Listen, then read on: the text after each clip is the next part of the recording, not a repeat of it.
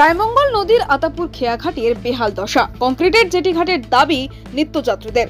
উত্তর চব্বিশ পরগনার বসিরহাট মহকুমার সুন্দরবনের সন্দেশখালী 2 নম্বর ব্লকের মণিপুর গ্রাম পঞ্চায়েতের আতাপুর থেকে খুলনার মধ্যে রায়মঙ্গল নদী পারাপারের একমাত্র মাধ্যম আতাপুরের খেয়াঘাটটি এখন জরাজীর্ণ অবস্থায় রয়েছে। দীর্ঘদিন ধরে সংস্কার না হওয়ায় এটি ব্যবহারের প্রায় অযোগ্য হয়ে উঠেছে।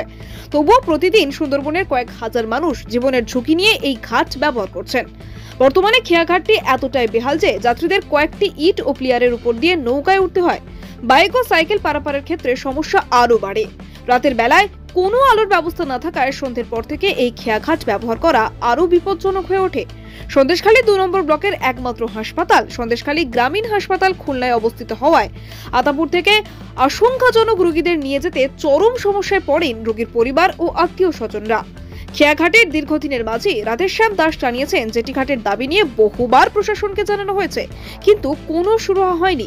তিনি আশঙ্কা প্রকাশ করছেন যে কোনো সময় বড় ধরনের দুর্ঘটনা ঘটে যেতে পারে। স্থানীয় বাসিন্দারা ও নিত্যযাত্রীরা তাদের আতঙ্কের কথা জানিয়ে বলেন, এই খেয়াঘাট দিয়ে পারাপার করতে ভয় লাগে। পূর্ণিমার ভরা কটালে জল নিচে নেমে গেলে জেটির পার প্রায় শেষ প্রান্তে গিয়ে নৌকায় উঠতে হয়, যা অত্যন্ত ঝুঁকিপূর্ণ। এলাকার প্রত্যন্ত সুন্দরবনের মানুষ তাই প্রশাসনের কাছে দ্রুত একটি কংক্রিটের জেটিঘাট তৈরির দাবি জানিয়েছেন। তাদের মতে এটি তৈরি হলে পারাপার অনেক সহজ ও নিরাপদ হবে।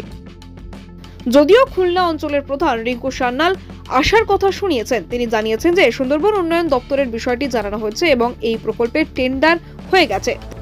তিনি আশ্বাস দিয়েছেন যে খুব দ্রুত কাজ শুরু হবে। এলাকার মানুষ অধীর আগ্রহে অপেক্ষা করছেন কবে জেটিঘাটের কাজ শুরু হবে এবং তাদের দীর্ঘদিনের দুর্ভোগের অবসান ঘটবে। বসিরহাট থেকে হাসানুজ্জামানের রিপোর্ট, ডিএন নিউজ বাংলা। আপনার বাড়ি কোথায়? আমার বাড়ি জয়গল্পুর।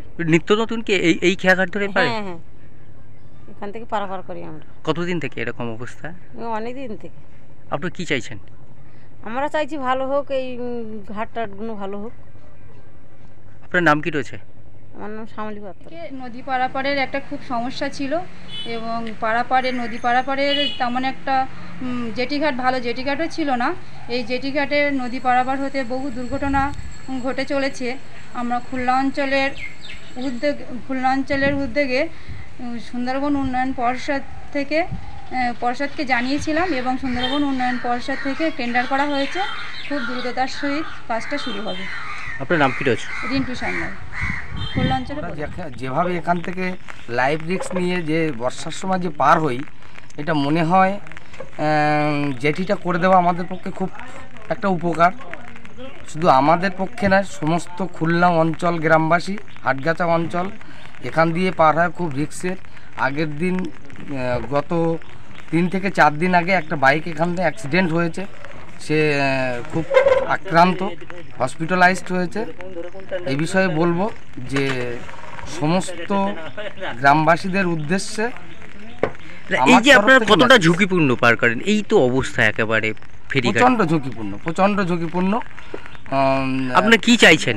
আমরা চাইছি যে যাতে জেটিটা এবং রাস্তা দু সাইডে রাস্তা এবং জেটিটা যাতে কমপ্লিট হয়, সেই একটা বার্তা দিতে চাই। আপনার নাম কি রয়েছে? আমার নাম রাজু মণ্ডল।